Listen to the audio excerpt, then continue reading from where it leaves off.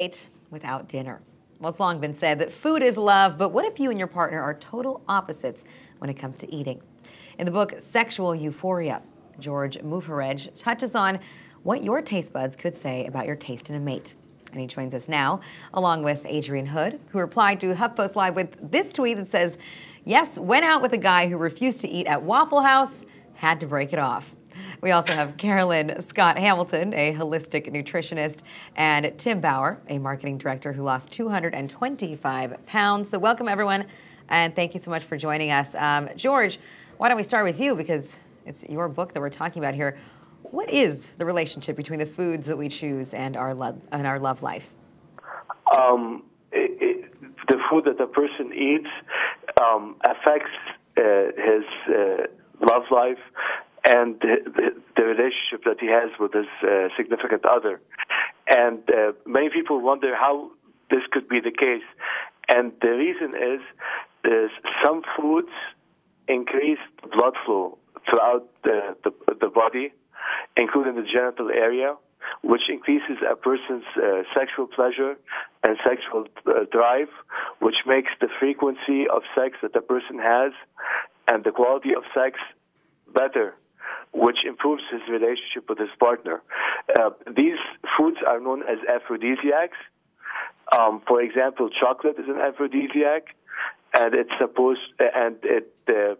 releases certain hormones that are released during sex. That's why the chemical in chocolate, it's called the love chemical. Also, garlic is another aphrodisiac, and it enhances the blood flow throughout a person's body, including his genital area. Another aphrodisiac is nuts. It contains L-arginine, which also increases the blood flow throughout a person's body, including his genital area. On the other hand, there are foods that do the opposite. They decrease the flow of blood towards the genital area. Foods that do that are if a person has a high-fat diet, like fatty red meat, and the reason they decrease the flow of blood towards the genital area is because it takes the stomach a longer time to digest food that are high in fat, and it diverts the blood from the genital area and from the muscles towards the stomach where the digestion is happening. So this decreases the sexual pleasure and the frequency of sex that the person usually has. Well, it's interesting. I feel like some of those things we've all heard, right? The chocolate or the oysters or something like that can be an aphrodisiac. But otherwise, I think that people don't necessarily make that connection. You just think, oh, I'll be so full. I might feel a little bloated afterwards. You don't know that it can actually physically, biologically, affect your sex drive. Carolyn, what about for you? As a nutritionist too, I think that probably people wouldn't normally think that maybe eating a salad or a good dose of greens at dinner before they want to go home and get frisky or get it on might actually have some benefits for them. But is that true? Well, definitely. The lighter you eat, the more plant-based you eat, the healthier you feel, the lighter you feel. And it does have to do a lot with blood flow. So if you're eating a high inflammatory diet, something that's going to kind of constrict your blood vessels, it's going to be harder and harder to kind of get excited down there, especially for men. But definitely you want something that's going to give you a lot of stamina. So if you eat a good plant-based meal with lean protein, such as nuts or something like that, you get that protein boost and you don't get that heavy feeling in your belly. And then you get that increased blood flow, which is very, very helpful in the bedroom for sure. Now, Tim, as someone whose eating habits, whose just physical well-being has changed a great deal recently, how is it that you've noticed that all of this has affected your dating life and your love life? Well, obviously everything's changed when you lose that much weight. I don't know if you have any pictures there that I'd sent in, but I lost 225 pounds. I was 450 pounds. So when you're 450 pounds, dating is different. It's not ever going to be the same once you become healthy. So the great part today, of course, is selection is different. But then also, just from what you guys are saying, what George's book is pointing out is absolutely true.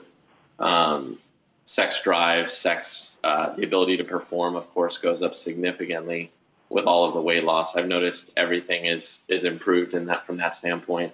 And a huge part of that is diet. I mean, obviously, I'm very physically fit today as well, but a big part of that is the ability for blood flow and all those things that Carolyn also alluded to. I think that's very important. So as I've eliminated the processed foods and the bad fats from my diet, chocolate and nuts, and after hearing George talk, I think I'm going to go invest in some garlic covered chocolate nuts or something.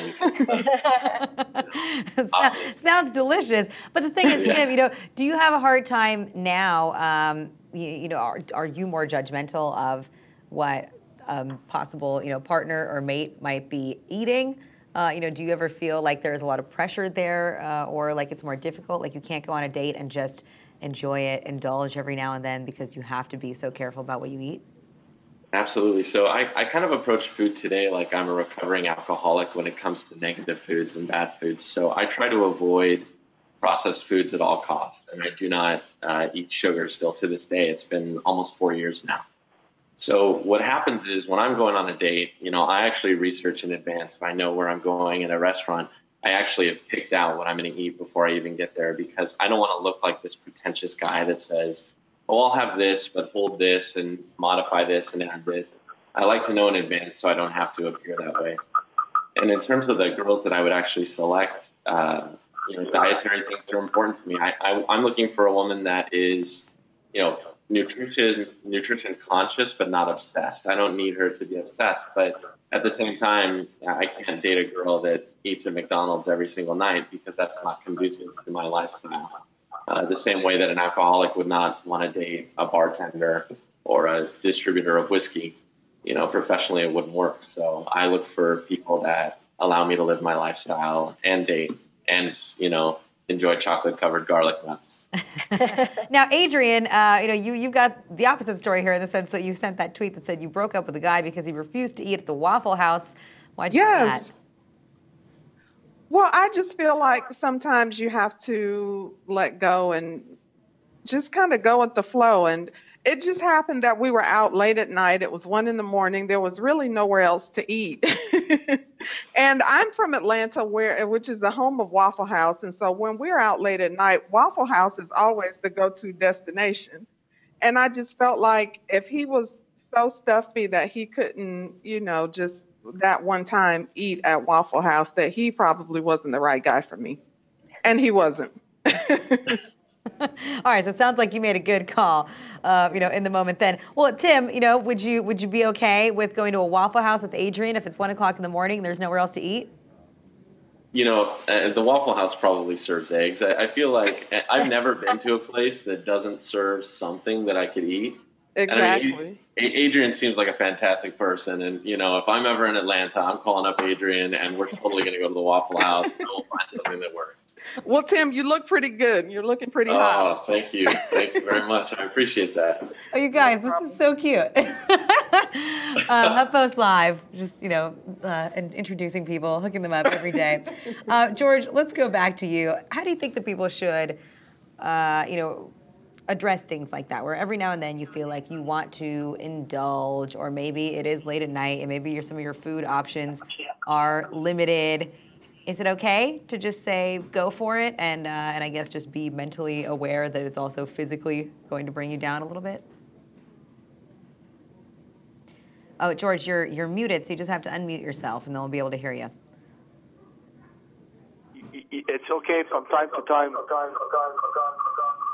It's okay from time to time to indulge in foods that you crave, even though sometimes they might decrease your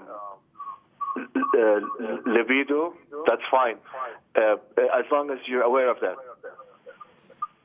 But would you say that the effect is immediate, or these things that you can kind of pace out? Or would you say that if you had unhealthy food that night at dinner, then that means that night directly afterwards it's going to affect your libido? If you have those foods for the next 2 to 3 hours, they're going to affect your libido. and after that it will go back to normal. But with the high-fat diet and the high-fried food diet, even though you go back to normal within 2 to 3 hours, eventually it will have an effect on you by clogging your arteries, which decreases your blood flow. But aphrodisiacs don't have a permanent effect on you. Adrian, was that you trying to get in there?